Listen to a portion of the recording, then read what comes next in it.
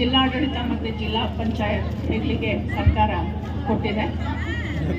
ರಾಜ್ಯದಲ್ಲಿ ಭಾಳ ಹೆಮ್ಮೆಯಿಂದ ಹೇಳ್ಕೊತೀನಿ, ಕೋಲಾರ 2ನೇ ಸ್ಥಾನದಲ್ಲಿದೆ. ಅದರ ಅರ್ಥ ನಮ್ಮ ಗ್ರಾಮಸ್ಥರು ಬಹಳ ಮುತುವರ್ಜಿ ವಹಿಸಿ ಕಾರ್ಯಕ್ರಮದಲ್ಲಿ ಎಲ್ಲರೂ ಬಂದು ಭಾಗವಹಿಸಿ ನಮ್ಮ ಈ ಸಂವಿಧಾನದ ಅರಿವು ಮೂಡಿಸುವಂಥ ಕಾರ್ಯಕ್ರಮನ ಭಾಳ ಯಶಸ್ವಿಯಾಗಿ ಮಾಡ್ತಾ ಇದ್ದಾರೆ. ನಮ್ಮ ಮಾಧ್ಯಮ ಮಿತ್ರರು ಅದು ಪೇಪರಲ್ಲೆಲ್ಲ ಹಾಕಿಸಿ ಮಾಧ್ಯಮದಲ್ಲಿ ಅದನ್ನು ಕಳಿಸ್ಕೊಟ್ಟು ನಮಗೆ ಆದಷ್ಟು ಜನರನ್ನ ಮುಟ್ಟೋ ರೀತಿಯಲ್ಲಿ ಸಹಕಾರಿಯಾಗಿದ್ದಾರೆ. ಈ ಎಲ್ಲ ಇದರಿಂದ ನಾವು ಕೋಲಾರ 2ನೇ ಸ್ಥಾನದಲ್ಲಿ ಇವತ್ತಿದೆ. ಹಾಗಾಗಿ ನಿಮ್ಮೆಲ್ಲರಿಗೂ ನಾನು ಮತ್ತೊಮ್ಮೆ ಧನ್ಯವಾದಗಳನ್ನ ಹೇಳ್ತೀನಿ.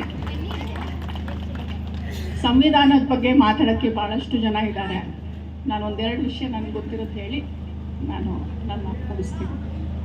ಸಂವಿಧಾನ ರಚನೆ ಆಗಿದ್ದು ಒಂದು ದಿನದಲ್ಲಿ, ಒಂದು ತಿಂಗಳಲ್ಲ, ಭಾಳಷ್ಟು ದಿನ ಇಡೀ ಕೂತು ಚರ್ಚೆಗಳನ್ನು ಮಾಡಿ ನಮ್ಮ ಸ್ವಾತಂತ್ರ್ಯ ಹೋರಾಟದಲ್ಲಿ ಭಾಗವಹಿಸಿದಂಥ ಪ್ರತಿಯೊಬ್ಬ ಮುಖಂಡರು ಸೇರಿ ಅಂಬೇಡ್ಕರ್ ಅವರ ಅಧ್ಯಕ್ಷತೆಯಲ್ಲಿ ಈ ಸಂವಿಧಾನವನ್ನು ರಚನೆ ಮಾಡಿದ್ದಾರೆ.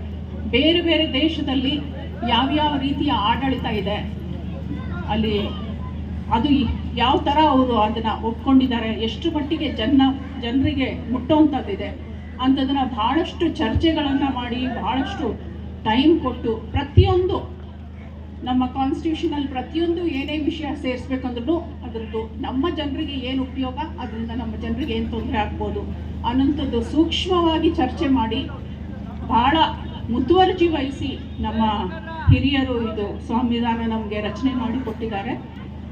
ಲಿಖಿತ ಸಂವಿಧಾನ, ಅದನ್ನು ಈ ಭೂಮಿ ಮೇಲೇ ಲಿಖಿತವಾದ ಸಂವಿಧಾನ ಇಷ್ಟು ದೊಡ್ಡದು ಅಂದರೆ ನಮ್ಮದೇ, ನಮ್ಮ ಭಾರತ ದೇಶದ ಸಂವಿಧಾನ ಒಂದು ಲಿಖಿತ ಸಂವಿಧಾನ. ನಾವು ಎಲ್ಲ ದೇಶಗಳಲ್ಲಿ ಇರೋವಂಥ ಒಳ್ಳೆ ವಿಚಾರಗಳನ್ನು ಆಯ್ಕೊಂಡು ಒಂಥರ ಹೂವಿನ ಗುಚ್ಛ ತಯಾರಿ ಮಾಡಬೇಕಾದ್ರೆ ಒಳ್ಳೊಳ್ಳೆ ಹೂವುಗಳನ್ನ ಸೇರಿಸ್ತೀವಲ್ಲ, ಆ ಥರ ಸೇರಿಸ್ಕೊಂಡು ನಮ್ಮ ಸಂವಿಧಾನ ರಚನೆ ಆಗಿದೆ. ಅದು ಬಹಳ ಮಹತ್ತರವಾದಂಥ ನಮ್ಮ ಜೀವನಕ್ಕೆ ಒಂದು ದಾರಿದೀಪ ಆದಂಥ ಒಂದು ಸಂವಿಧಾನ. ಪ್ರತಿಯೊಬ್ಬರೂ ನಾವು ಇವತ್ತು ಇಷ್ಟು ಸ್ವಾತಂತ್ರ್ಯವಾಗಿದ್ದೀವಿ, ನಮ್ಮ ಇಚ್ಛೆ ಬಂದಾಗ ನಮ್ಮ ಜೀವನ ನಡೆಸ್ತಾ ಇದ್ದೀವಿ ಅಂದರೆ ಆ ಕಾರಣ ಸಂವಿಧಾನ ಇರೋದು, ನಾವು ಅದನ್ನು ನಮ್ಮ ಜೀವನದಲ್ಲಿ ಅಳವಡಿಸ್ಕೊಂಡಿರೋದು.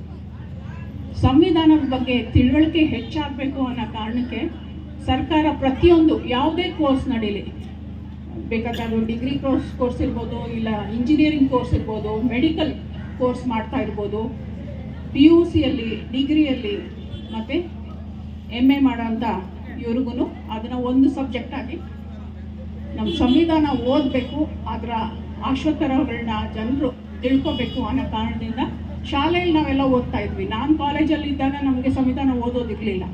ಪೊಲಿಟಿಕಲ್ ಸೈನ್ಸ್ ಸಬ್ಜೆಕ್ಟ್ ತೊಗೊಂಡವ್ರು ಮಾತ್ರ ಸಂವಿಧಾನ ಬಗ್ಗೆ ತಿಳ್ಕೊತಾ ಇದ್ವಿ.